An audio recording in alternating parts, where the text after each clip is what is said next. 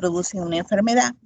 Entonces, por lo tanto, vamos a tener nosotros que describir un poco desde el inicio, ¿no?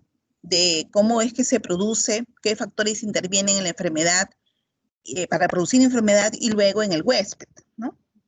Entonces tenemos nosotros que al inicio ver qué cosa primeramente, aquí, cómo interfiere el ambiente para que haya una infección, ¿no? Y vamos a ver que en su totalidad estos factores físicos, químicos, ¿no? Y bióticos y también socioculturales van a hacer que puedan influir sobre el grupo humano o sobre un individuo, ¿no?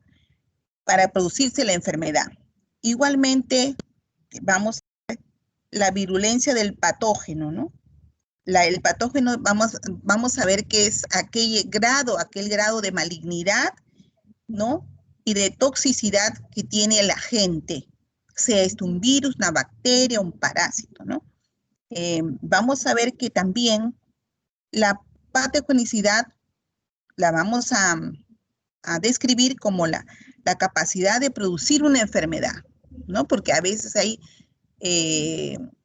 agentes normales que podemos tener, como Pomos E. coli, todos tenemos E. coli, todos podemos tener cándida, pero la cantidad que haya de ella es la que va a producirnos una enfermedad más grave, ¿no es cierto? Si no es parte de la normal.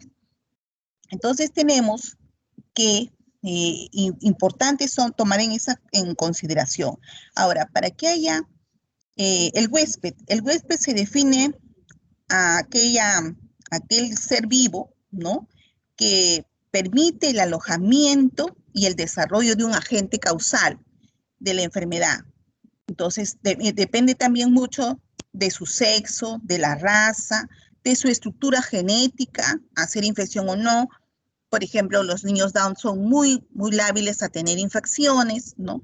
La edad no es lo mismo de una edad de un niño joven, un joven, o una persona adulta o un adulto mayor.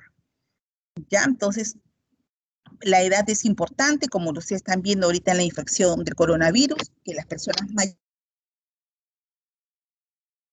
fáciles de poder adquirir esta infección. Y también tenemos que ver el nivel de inmunidad que tiene cada uno de nosotros, ¿no? Y en sí, hay factores que se agregan, como muchas veces puede ser el factor socioeconómico o cultural también, ¿no? Para contaminarse o no por una infección de algún agente. Luego, el periodo patogénico, ver una etapa subclínica, donde la entrada y el desarrollo y la multiplicación no nos dan muchas evidencias de signos o síntomas, ¿no? Pero sí la persona puede estar infectada y no sentir síntomas como para poder anunciar que está enfermo. Tenemos también que hay una etapa, sin embargo, una etapa clínica, y la etapa clínica está realmente manifiesta por la enfermedad porque esta tiene signos y síntomas. Luego tenemos también que considerar, ¿no?, la acción del agente y el huésped, ¿no? El parasitismo es un proceso biológico y también interdependiente entre dos organismos, tanto del parásito como del hospedero. Y vamos a ver que se beneficia del huésped porque le ofrece cierto medio ambiente para que se pueda desarrollar, ¿no?, vitalmente. Y vamos a ver que es importante su alojamiento, su nutrición, la posibilidad de reproducirse y de poder sobrevivir, ¿no? Por eso es que justamente a veces infectan a un ser humano porque en él encuentran todas esas condiciones.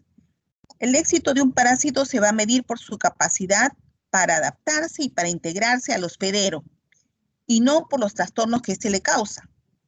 Ahora, los factores del hospedero, vamos a ver que también es la susceptibilidad del ser humano, que depende de distintos factores, como es la edad, el sexo, su grado de inmunidad, su predisposición, sus hábitos, su nutrición, y si éste tiene algunas enfermedades o morbilidades que motiva el ingreso más fácil de un agente, como la diabetes, ¿no?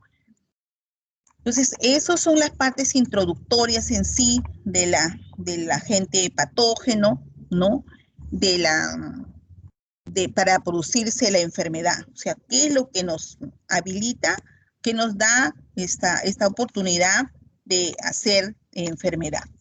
Entonces, tenemos que nosotros considerar que también es importante ver si es que la clasificación dentro de los agentes que nos puedan infectar, como ya en otras veces lo hemos descrito, ¿no? Si es que este es un virus, si es que este es una bacteria, si es que es un parásito, ¿no? O de lo contrario, tenemos que considerar también dentro de los mismos virus y dentro de las mismas bacterias una serie de clasificaciones, ¿no? Igualmente de los hongos, ¿no? Clasificaciones dentro de ellos, ¿no? Que ustedes también lo están estudiando en microbiología. Entonces, vamos a empezar a describir un poquito acerca de qué es lo que hacen estos agentes infecciosos en nuestro organismo, ¿ya? Entonces, vamos a ver que generalmente ya habíamos dicho que hay muchas vías de entrada, ¿no? Muchas vías de entrada que una de las importantes en este momento y en esta pandemia es la inhalación aérea, ¿no? Por vía aérea, por inhalación, que ingresa generalmente por la vía respiratoria, vía nasal, ¿no? O también por la conjuntiva, ¿no? O a través de la piel, que podemos coger algo y llevarnos, ¿no? Hacia nuestro cuerpo. Entonces, manipular. La vía oral también es una vía de entrada. La transmisión sexual es otra vía de entrada. Y la picadura por insectos, o sea, lo que está en contacto con la piel a través de un insecto o simplemente cualquier otra sustancia que se adhiera a la piel. Entonces, dentro de los mecanismos de transmisión, tenemos otra forma de hacer clasificación donde podemos ver que hay la transmisión directa de persona a persona a través de ciertos vectores, que esto puede ser animados y inanimados, ¿no? Tenemos que puede transmitirse directamente de persona a persona o a través de estos vectores, y en este caso, por ejemplo, la transmisión vertical, que es de madre a hijo por transmisión transplacentaria, que puede ocurrir, por ejemplo, en ciertos virus como la rubiola, como el citomegalovirus, como el VIH, ¿no? Estreptococo beta hemolítico, del grupo B, la Neisseria gonorrhoeae, el virus de herpes 2, tenemos la listeria, también la tuberculosis, pueden tener transmisión vertical, ¿no? En cambio, en contacto directo, tenemos que es cuando se disemina de huésped susceptible a un individuo infectado. Tenemos aquí que puede ser una por contacto sexual o mano a mano y gotitas de secreción respiratoria, ¿no? Contacto directo, ¿no? Tenemos también que hay enfermedades venéreas por transmisión sexual, como la gonorrea, la sífilis, el HIV, el herpes y el virus de la hepatitis, que pueden ser transmitidos, ¿no? Por contacto sexual.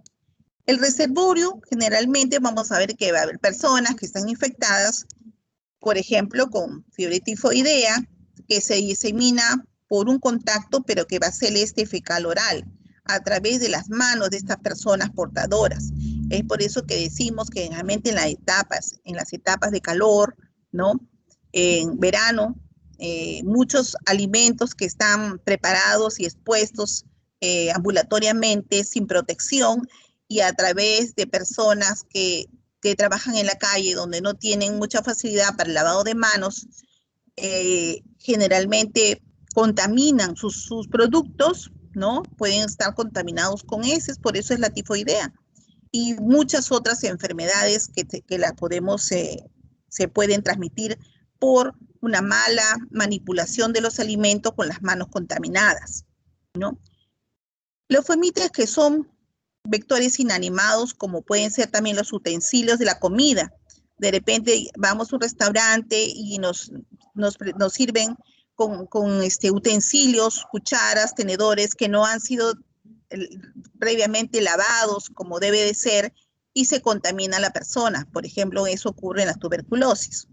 Catéteres también. En los catéteres también tenemos que utilizar siempre todo el equipo de material, de insumos descartable, paciente por paciente, y evitar de que nosotros coloquemos paciente y a otro. También equipos como respiradores. Los respiradores también han sido usados en una persona, tienen que ser estos desinfectados o de lo contrario cambiados, ¿no? Por una serie de enfermedades que pueden contaminarse. El agua y los alimentos son otros responsables de las epidemias. Tenemos el número de casos supera realmente lo esperado en una gran comunidad. Sabemos muy bien que el agua potable tiene que estar bien desinfectada con un control de calidad adecuado para ser consumida por el ser humano. Pero como muchas veces no lo podemos garantizar, es por eso que pedimos a la gran mayoría que consuma agua hervida, ¿no? O en lo posible agua mineral, no agua tratada, nada más. Mineral es el agua San Mateo. Entonces, tienen ustedes que considerar que los alimentos también, igualmente, a veces en reuniones masivas, la preparación de gran cantidad de alimentos hace que las personas quizá utilicen productos o muy cómodos o productos que no han guardado todo un control de calidad para su preparación en la manipulación de personas que no han tenido una adecuada desinfección. Por lo tanto, también se puede contaminar y tener una enfermedad bacteriana, generalmente por estos agentes, ¿no? Que son transmitidos a través de los alimentos, o alimentos mal lavados incluso, ¿no? Como son las verduras. Entonces, la transmisión aérea, que está asociada a ciertos hongos, ¿no? En los animales puede también puede transmitirse la rabia, ¿no? En una forma accidental al ser humano, ¿no? A través de una mordedura. La mosca actúa como vector y produce la shigella a nivel intestinal. Los mosquitos, por una picadura, producen la malaria.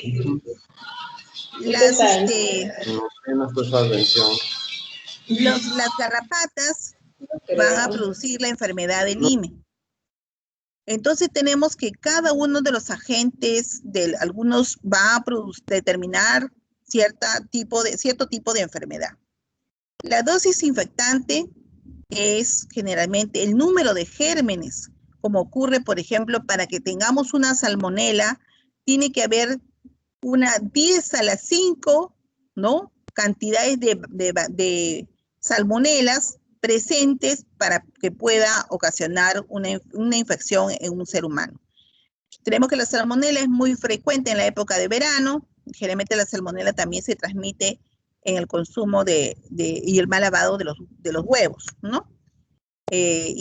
¿Por qué? Porque de repente está contaminado, lave, y realmente al momento de poner el huevo, está contaminándose con la defecación, ¿no? Y no lo lavamos. Por eso todos nosotros cuando llegamos a casa debemos de lavar los huevos. Luego tenemos dentro de los factores importantes en las puertas de ingreso de estas bacterias o estos virus, que pueden ser, ¿no? Generalmente por múltiples razones, diferentes tipos de virus o de bacterias o de hongos. Tenemos aquí en la piel, por ejemplo, puede ser una de los factores de ingreso. A través del tracto respiratorio, otras cantidades de virus como bacterias en tracto respiratorio. A través del tracto genitourinario, también otra cantidad de bacterias y de virus que podemos adquirir. En la conjuntiva también tenemos, ¿no? En el conducto auditivo también tenemos otra cantidad de gérmenes que podemos adquirir. Ahora, para que haya esta puerta de entrada, luego tiene que haber una adhesión. La adhesión, o sea, que la bacteria o el virus se adhiera a la mucosa del huésped para que pueda producir la infección. Tenemos que las bacterias y los virus se adhieren a las mucosas, ¿no? Los gérmenes, más allá de la capa epitelial, ejemplo, como puede ser el Haemophilus influenza, la parainfluencia, el rinovirus, tenemos también a las mucosas en general por adenovirus, otros agentes también, ¿no? Tenemos la diseminación a tejidos subepiteliales. Esta está inhibida por una respuesta inflamatoria. Ahí tenemos por interferón y por la temperatura del organismo. En las mucosas también están gérmenes que pueden ser gram negativos, como son la Shigella, que nos va a producir una gran diarrea, ¿no? Una diarrea. Nosotros tenemos que aprender a diferenciar, a veces por las características clínicas, el tipo de agente que está produciendo la diarrea, porque hay personas que pueden venir y le dicen, tengo diarrea, pero ¿a qué agente? Es lo más importante para poder indicar el tratamiento adecuado. La Shigella sabemos que produce diarreas no tremendas, ¿no? Con mucha agua, mucho moco, ¿no? Pero quienes tienen moco y a veces hasta sangre, las que son infecciones, ¿no? Bastante agresivas, ¿no? Y que se diseminan en el tejido epitelial, si es por una tifoidea, si es por una Shigella, ¿no? Entonces tenemos una mebiasis, ya. Entonces tenemos que aquí la diseminación es por vía sanguínea, es el herpes, y por vía neuronal generalmente tenemos a la rabia, luego tenemos también otros elementos que son los macrófagos que se van a encargar de la fagocitosis. Tenemos infecciones según el daño del agente. Hay muchas bacterias, virus, hongos y parásitos que son retirados de la circulación porque entran al sistema linfático y son desactivados. ¿Y quién los desactiva? El sistema retículo plasmático, retículo endotelial, que son dentro de ellos los ganglios linfáticos, ¿no? Todo el circuito de este sistema intervienen en defensa del ser humano, hasta las amígdalas, cuando nos da cuadros de faringoamigdalitis, ¿no? El daño producido por el germen puede ser extenso, puede ser leve o inaparentemente, ¿no? No que ni leve ni extenso. Entonces, hay casos donde este microorganismo se va a multiplicar en el tejido del huésped y va a causar una respuesta inmunológica y va a dar una infección subclínica, como puede ser, pongamos, cuando nosotros tenemos en los hospitales, nos llegan niños con problemas de hidatidosis. O sea, se infectó la persona no se ha muerto, está con vida, pero sí empieza, ¿no? Al comienzo no siente mayor molestia, pero luego cuando se toma una placa o cuando empieza la persona y los médicos a buscar la causa de la patología en nuestro niño o nuestra paciente adulto. Y vamos a pedir análisis y por radiografías y todo se concluye de que este paciente tiene una hidatidosis y que tenemos que operarlo, ¿no? Entonces, pero aparentemente el paciente no tiene una clínica muy severa. La enfermedad de expresión clínica, sin embargo, vamos a ver que pone en evidencia el daño producido a las células y al tejido en forma extensa, ocasionando signos y síntomas en forma directa. ¿Producido por qué? Por las toxinas, y en forma indirecta por reacciones inmunopatológicas. Entonces, si pongamos una infección, supongamos por un alimento atópico, qué sé yo, la persona va a tener de repente un rash, una picazón, un cierto malestar, un calor, un rubor, y probablemente es una reacción inmunológica, ¿no? Y hasta puede llegar al CRUD, ¿no? Sin embargo, si es una forma directa, la persona rápidamente, ha consumido un alimento y a las 24 horas empieza con la diarrea, ¿no? Diarrea, malestar. Entonces, esa es una infección directa producida por las toxinas, ¿no? Luego tenemos que hay casos donde el huésped logra poner bajo control al parásito y eliminarlo y reparar los daños. En otros casos, vamos a ver que el germen no es eliminado y persiste en el organismo y puede permanecer por meses, por años, incluso por toda la vida, como por ejemplo el herpes. El herpes, que es esas ampollitas que a veces salen en las zonas cerca de la boca, en los labios. El herpes generalmente se activa cuando nuestro sistema inmunológico está un poco deprimido, pero luego en otros momentos desaparece. Pero eso no quiere decir que no lo volvamos a tener, porque nuevamente, como vive en nosotros, se puede reactivar y puede volverse a presentar, ¿no? La hepatitis tipo B también, siempre cuando ya le dio una persona hepatitis, esa persona ya no puede ser un donante de sangre, pero esa persona hay que controlarla, porque la hepatitis B puede quedar activa o inactiva, ¿no? Inactiva porque no se expresa, no tiene sintomatología, no se manifiesta, pero vive en él. En cualquier momento que él está inmunosuprimido, algo pasa, nuevamente se puede reactivar, ¿no? Y también otro tenemos el VIH, ¿no? Luego los tipos de parasitismo. Tenemos que hay 3 tipos de parasitismo, donde los parásitos pueden ser extracelulares, donde los parásitos pueden ser intracelulares obligados o donde los parásitos pueden ser intracelulares facultativos.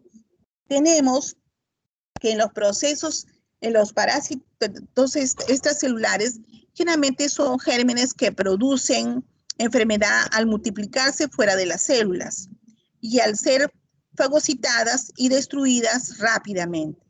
Hay bacterias que producen mecanismos para evitar sea fagocitada, como por ejemplo el Streptococcus pneumoniae, ¿no? Que tiene una cápsula que va a inhibir, ¿no? La posibilidad de eliminarla, ¿no? Los parásitos intracelulares, sin embargo, obligados, tenemos que son gérmenes que no pueden multiplicarse, pero que sí están en una célula eucariota, ya que utilizan a enzimas de la célula, ¿no? Huésped que va a tener que, pues, tomar, ¿no? Nutrientes, como son, en este caso, la clamidia y también las riquecias. En cambio, los parásitos intracelulares facultativos, ahí tenemos generalmente a las bacterias y los hongos, que son fagocitados, ¿no? Por los macrófagos y por los neutrófilos, y poseen ciertos mecanismos para poder resistir la destrucción intracelular. La mayoría de estos parásitos del sistema retículo endotelial, vamos a ver que pueden vivir periodos prolongados, ¿no? Por ejemplo, tenemos la Listeria monocitógenos y la Mycobacterium tuberculoso. Entonces podemos ver que la listeria, pongamos, está presente en la leche, pero puede ser preparada en un queso, ¿no? y incluso soporta las altas temperaturas como también soporta bajas temperaturas. O sea, lo podemos poner un queso en nuestro refrigerador a 4 grados y sobrevive la listeria. Podemos ponerlo a 120 grados y sobrevive la listeria, ¿no? Entonces, eso tenemos en estos tipos de agentes. Entonces, los factores que afectan la sensibilidad. Vamos a ver que la susceptibilidad de este germen depende de varios factores, tanto ambientales como genéticos. Y tenemos que dentro de los factores ambientales, el encuentro de este agente patógeno con su huésped va a depender de esta clase socioeconómica y del nivel cultural. Miren cómo es que estos factores, ¿por qué? Porque sabemos que es muy importante, pongamos en nuestra población, su nivel cultural. Cuando nosotros tenemos una población que no recibe información, que no está preparada, que no tiene instrucción, no va a protegerse ni va a cuidar, a pesar que nosotros digamos las medidas de control. ¿Y cómo ha pasado en esta pandemia? Mucha gente no le importaba, desconocía, pensaba que no podía matarlo y al final salía, se exponía y luego se contaminaba, ¿no? Y sin querer también la clase socioeconómica. Hemos visto que generalmente pongamos en las infecciones virales que actualmente se viven por coronavirus, ¿qué sucede? Las personas que han tenido una atención inmediata en fase inicial y se han colocado en una clínica y han sido atendidos y les han prestado el oxígeno y todo, esas personas no han fallecido. Pero aquellas personas que a pesar de que pueden incluso, ¿no? Por nivel socioeconómico, han llegado muy tarde, pues por supuesto, no han fallecido. Pero lo que sucede es que sin querer el nivel socioeconómico también influye para poder comprar los medicamentos, para poder tener acceso a la atención. Es muy importante porque hay familias que no lo tienen y no es tan fácil para ellos gastar, como ustedes han visto cuánto costaba el oxígeno, ni tampoco los medicamentos que cada vez siempre el comercio los sube, ¿no? Y trata de que se le venda a mayores precios de lo normal. Los factores genéticos, tenemos que existe una respuesta inmune de ciertos genes que controlan a estos antígenos específicos, y estos genes están localizados en el complejo de histocompatibilidad, que es el HLA, ¿no? Donde generalmente nosotros vamos a ver como hay muchas de las enfermedades, ¿no? Inmunológicas están vinculadas a este aspecto genético que trae cada una de las personas. Los mecanismos de defensa. Tenemos que hay mecanismos de defensa que pueden ser inespecíficos como específicos.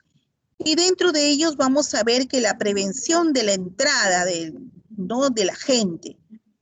Vamos a ver si es que la integridad de la piel y de las mucosas.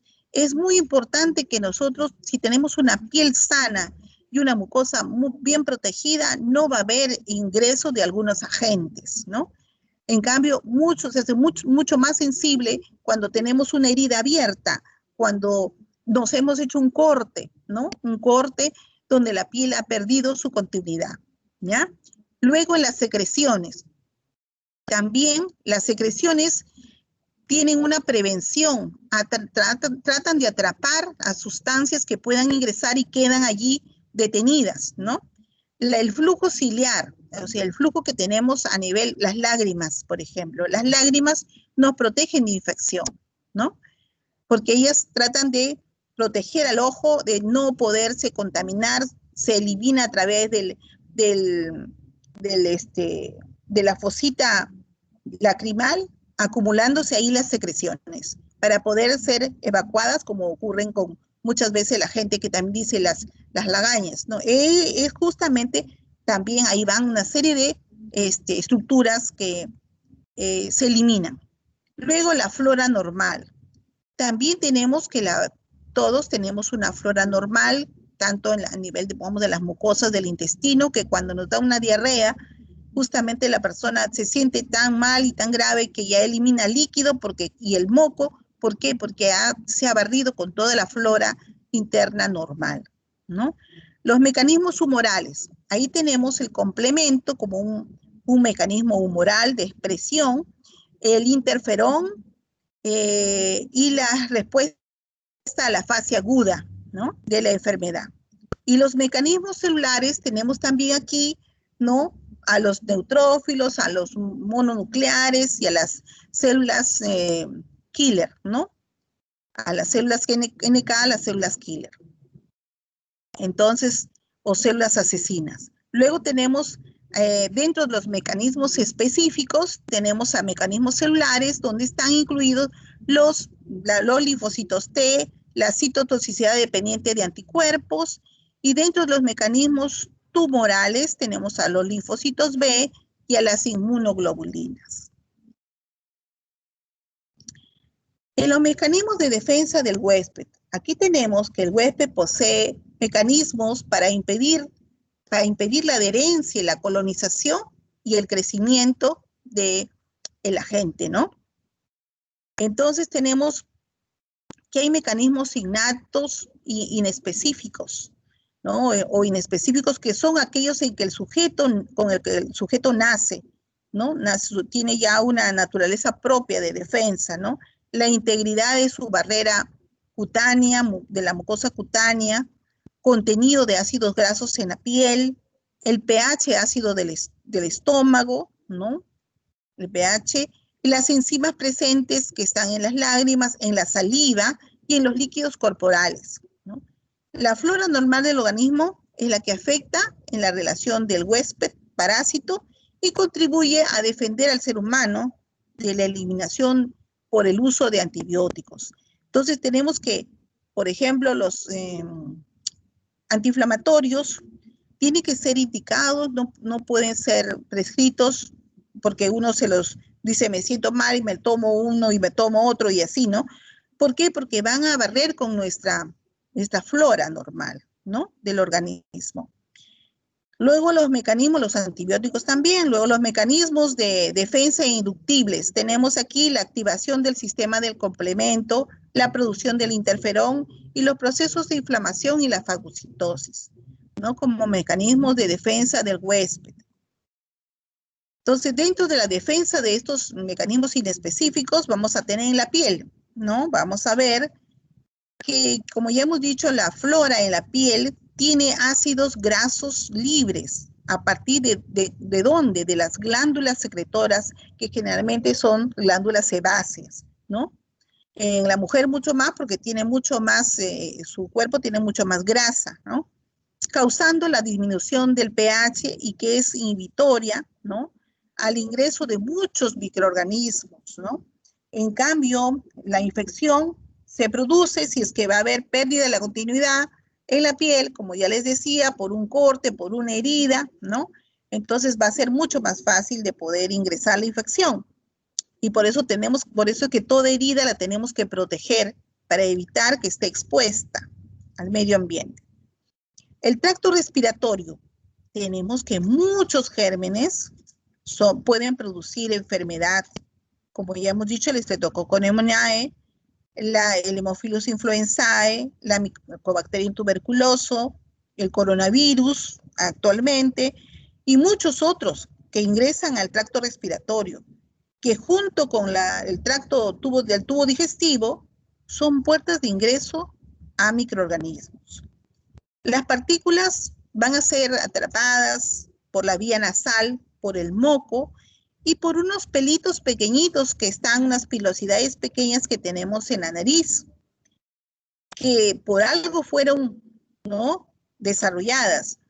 Tenemos que se encuentran generalmente en la superficie interna de la mucosa nasal y también por las secreciones, dentro de ellas el moco, que contiene una lisocima que va a hacer que se lise las paredes de las bacterias que son gram positivas, ¿no? Y te va a tratar de proteger de que se contamine la vía respiratoria. Miren lo grande que es, ¿no? Se protege ahí. Los mecanismos de defensa inespecíficos, tenemos las partículas que van a pasar en los bronquios. Los bronquios van a ser barridos por un movimiento mucociliar. Generalmente en los bronquios también hay estructuras pequeñitas que están, ¿no?, en el epitelio y que van a evitar, ¿no?, de que se contamine, ¿no?, la persona. Y vemos que estos van hacia la faringe y son deglutidos. Por ejemplo, el moco, cuando nos da una bronquitis, hay una secreción de moco. Y ese moco a veces tosemos y ¿qué sucede? Lo deglutimos, ¿no? Puede pasar a la faringe, ¿no? Si no es eliminado externamente a través de un pañuelo o de un papel, ¿no? No eliminamos la secreción, la secreción va a ser deglutida y va a pasar por la faringe y luego, ¿no?, puede producir incluso problemas, incluso puede ser deglutida hacia el esófago, ¿no? Entonces vamos a ver que hay algunas partículas que al llegar a los alvéolos son fagocitadas por los macrófagos. Hay otros mecanismos de defensa, ¿no?, del árbol respiratorio reflejos, como son la tos. La tos es un mecanismo de defensa, ¿no? ¿Por qué? Pues se obstruye la vía respiratoria y la persona, cuando se produce, ¿no?, ese reflejo de tos, hace que elimine la secreción que impide el pasaje del aire. Igualmente, o del oxígeno, ¿no? En el estornudo, cuando las personas a veces estornudan en forma espontánea, no podemos controlar el estornudo porque es un reflejo, ¿no? Y tenemos igualmente la broncoconstricción. Cuando se produce esa broncoconstricción por algún agente, por una reacción de tipo inmunológica, no la vamos a poder controlar y por eso necesitamos generalmente ahí de los corticoides para mejorar ese problema de broncoconstricción. Ahora, el tracto gastrointestinal. También la producción del ácido clorhídrico y el pH bajo es muy importante en el estómago, ¿no? Y tenemos así que, por ejemplo, lo importante que son ahí el consumo de los alimentos. El consumo de los alimentos, si nosotros decimos bien que una persona tiene mucha acidez, entonces que dicen muchos que no consuman mucho limón, pero sabemos que el limón cuando llega a la mucosa gástrica, su pH es bajo y más bien produce una cierta alcalinidad, ¿no? Además, las propiedades antimicrobianas también hay en la bilis y en los jugos pancreáticos. El peristaltismo también, como en la inmunoglobulina A, que es secretoria, en el sistema linfático, contribuyen a los mecanismos de defensa. Porque ustedes están viendo que ganglios linfáticos, ¿no? Están presentes también en el intestino, están presentes en el apéndice, ¿no? Pequeñas estructuras dentro de las capas de su formación histológica. Dentro de los mecanismos de defensa inespecíficos, aquí tenemos que los que están presentes, pongamos en el tracto genitourinario, que son muy frecuentes de infección en nuestro medio. Tenemos que el flujo de orina y su pH ácido van a impedir la colonización del uroepitelio. La orina arrastra generalmente gérmenes que pueden colonizar los sectores distales de la uretra. Y vamos a ver justamente que por eso cuando se hace un examen de orina, colocamos nosotros, cuantificamos la cantidad de gérmenes presentes en la orina, ¿no? En la muestra. La uretra es muy corta en la mujer y tiene mucho acceso y de fácil, ¿no? Infección por gérmenes del periné. Como hay mucha, se puede decir un corto camino entre lo que es el recto y lo que es la vagina, es por eso es que las mujeres tienen más tendencia a infecciones urinarias. Y generalmente el germen que más se encuentra es el E. coli, ¿no? Y también sabemos que el E. coli, hoy en día, ya por estudios se sabe que el E. coli, la persona que tiene E. coli no se libera del E. coli, ¿no? Va a volver a reaparecer en cualquier otro momento. Y es por eso que tenemos siempre que controlar a la persona de que no vuelva a ser un cuadro recidivante de infección urinaria.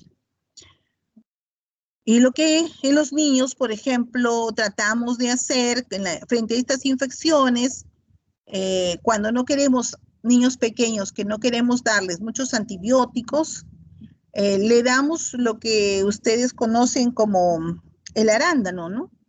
El arándano tapiza, se forma como tiene una acidez, tiene un ácido que tapiza la mucosa, ¿no? De la vejiga, ¿no? Y trata de todo el sistema genitourinario y generalmente trata de inhibir de que estas bacterias vuelvan a presentarse. Por eso que viene a ser el arándano como un antibiótico para los niños que no queremos darle muchos antibióticos. Luego tenemos que la flora normal de la vagina, tenemos que allí hay unos bacilos que se llaman los lactobacilos de Doederle, ¿no? Que producen unos metabolitos ácidos con bajo pH y que inhibe de muchos gérmenes, ¿no? Y los inhibe este lactobacilo. Entonces, cuando hay un pequeño ataque a la mucosa, a la vagina, estos lactobacilos aumentan en cantidad para tratar de detener a estos gérmenes. El saco conjuntival, o sea, en el ojo, tenemos que se produce una protección por el lavado de las lágrimas, que contienen lisozima y que protegen también al ser humano de la infección, ¿no? Luego tenemos los mecanismos de defensa inespecíficos, ¿no? Entonces ahí tenemos justamente cuáles son los mecanismos. Uno de ellos es la inflamación, otro es el complemento. Dentro de la inflamación tenemos que estos gérmenes son capaces de adherirse a las células del epitelio e inician la respuesta inflamatoria, ¿no? Pero también tenemos que la inflamación nos va a dar una respuesta de agresión, ¿no? Externa, donde hay cambios hemodinámicos, ¿no? Que generalmente vamos a ver que cómo varía la circulación, va a haber una vasodilatación, va a haber un aumento de permeabilidad vascular y va a facilitar la presencia de células fagocíticas y moléculas al sitio donde está afectado este problema de inflamación, ¿no? Luego vamos a ver el complemento.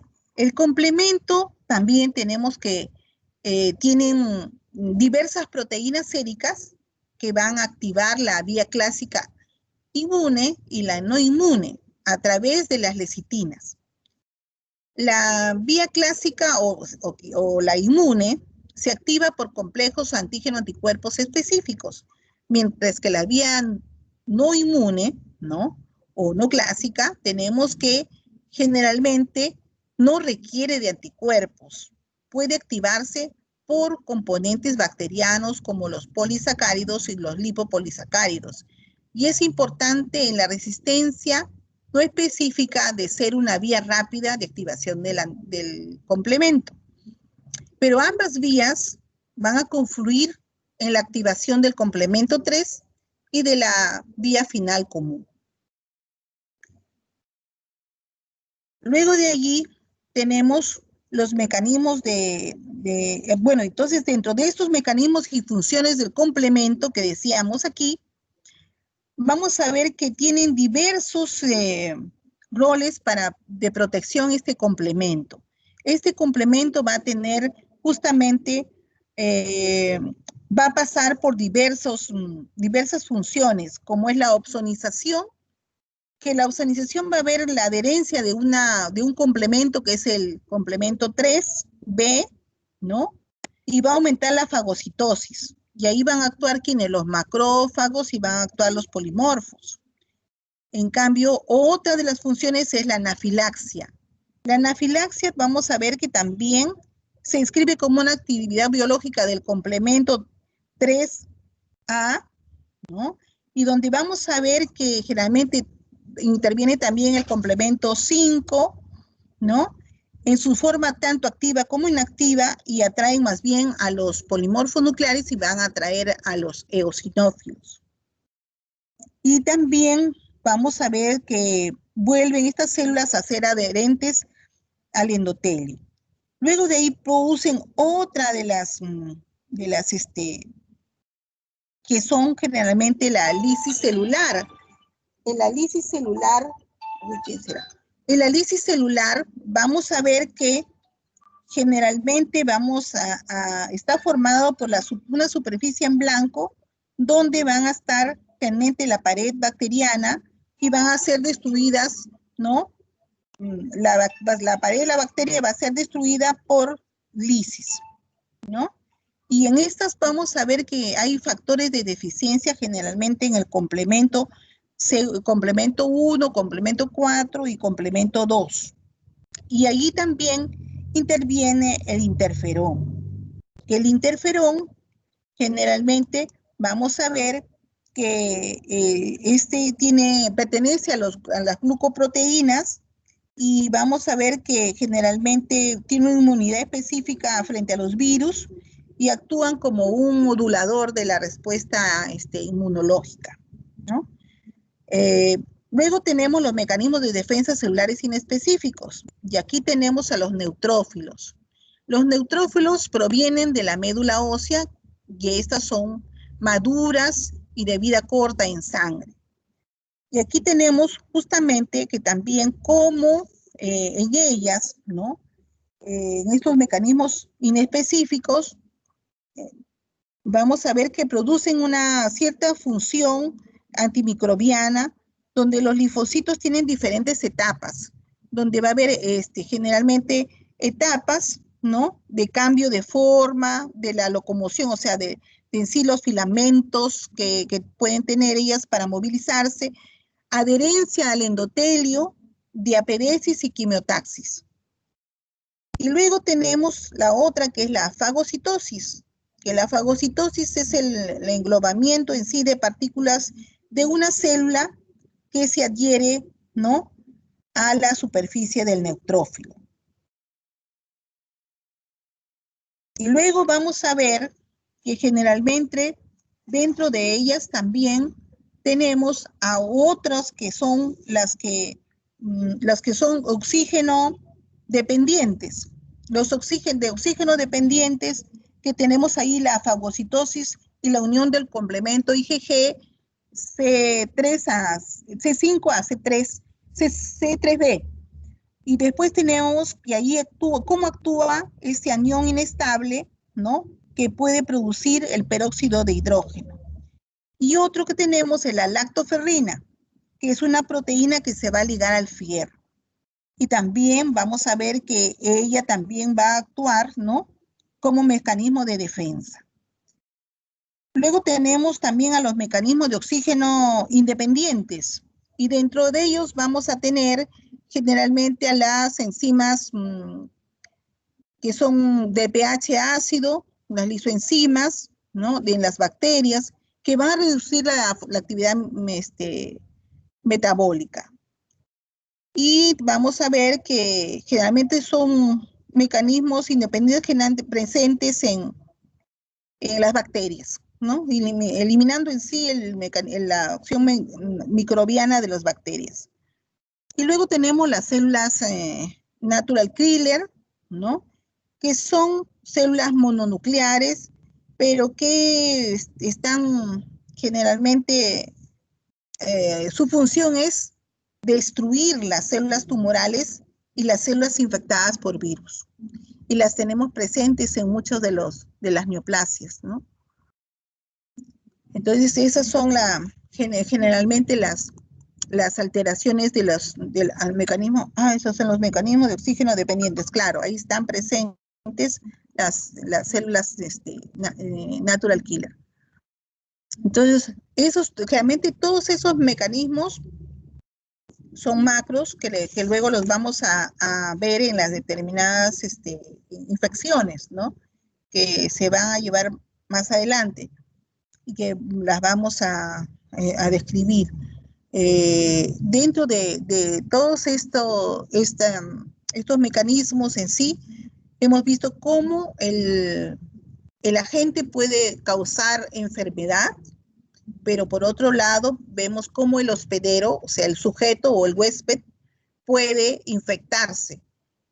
Tal es así que, por ejemplo, estamos viendo en esta época de pandemia cómo algunas personas se ha descrito, algunas personas pueden ser con morbilidad, pueden ser susceptibles de infección, que generalmente son las personas mayores, o personas que tienen morbilidad como de unas patologías inmunológicas, como por ejemplo lupus, como artritis, o pueden ser de tipo metabólico, como es la diabetes, o pueden ser que tengan neoplasias, ¿no?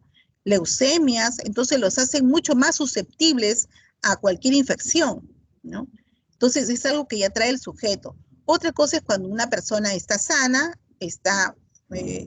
no tiene problemas de enfermedades graves, ¿no? Y además su protección hará que se defienda de la enfermedad. Y también depende mucho de la nutrición, del aspecto nutricional. Es muy importante que nosotros comamos, nos alimentemos en calidad, no en cantidad, sino en calidad, porque si nos vamos a la cantidad, terminamos en obesos, ¿no es cierto? Entonces también la obesidad también es un factor determinante para instalarse muchas enfermedades. Entonces tenemos que ser eutróficos, ¿no? Entonces después revisaremos la parte nutricional, lo importante que es que nosotros guardemos un adecuado peso, una masa corporal adecuada, ¿no? Y nuestra alimentación.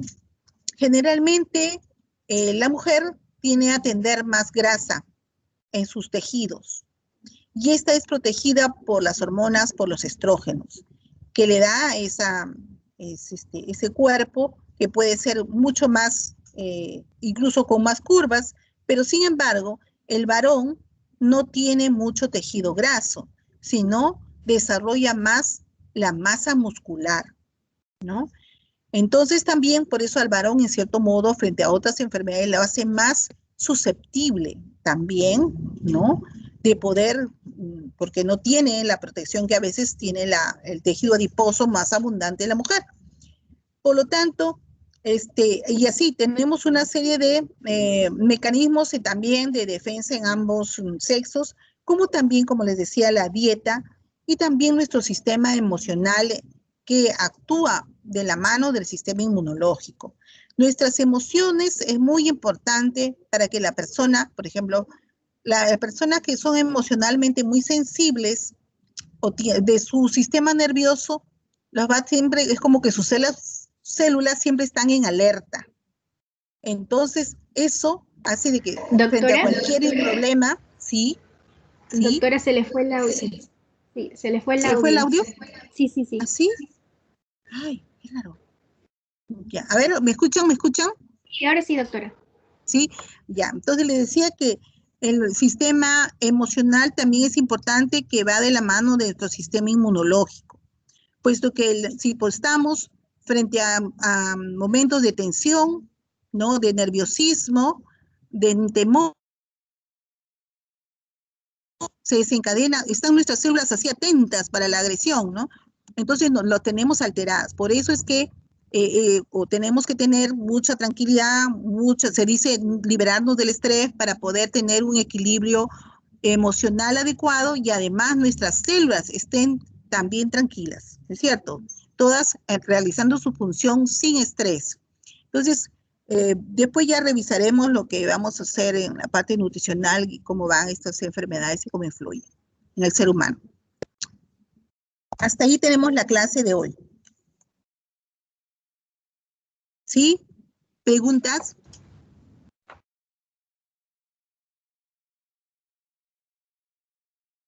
Chicos, ¿me escuchan? Sí, sí, doctora. Doctora, Sí. entonces esa solamente sería la clase, hasta ahí nomás. No va a hablar acerca de infecciones, porque algo sí me mencionó el doctor Ángeles. No sé si es todo o, bueno, no sé. Infecciones. Tenemos, bueno, la parte de infecciones que ya hemos revisado de perinatales, pero yo tengo todas las demás infecciones. Lo que pasa es que he visto que después creo que van a tratar sífilis, hongos, algo así. No sé. Por eso Ya. dije no lo repito. Entonces eso Porque nomás creo que sería vienen, creo para que, esta creo que clase. vienen otras clases. ¿Ustedes lo han visto en su sílabus o no? Sí, bueno, mañana tenemos tifoidea y cólera. Ya, ves tifoidea. Otro día creo que toca, porque el doctor Vázquez creo que le toca hongos, bacterias, parásitos, no sé qué me ha dicho. Por eso que yo Sí, dije, al ya, ¿para doctor qué voy a Sarabi repetir también le todo? toca, pero ya sería la próxima semana. Ah, ya, doctor. Entonces hasta ahí nomás quedaría la clase de hoy. Claro, porque son los mecanismos y las, ¿cómo se llama esto? Y los factores que, o sea, del huésped, del ambiente, todo lo demás, lo que corresponde a la clase. Ya, ya, doctora, muchas Ya. gracias. Si pudiera, por favor, descargar la lista de asistencia. Ah, ya. Muy bien.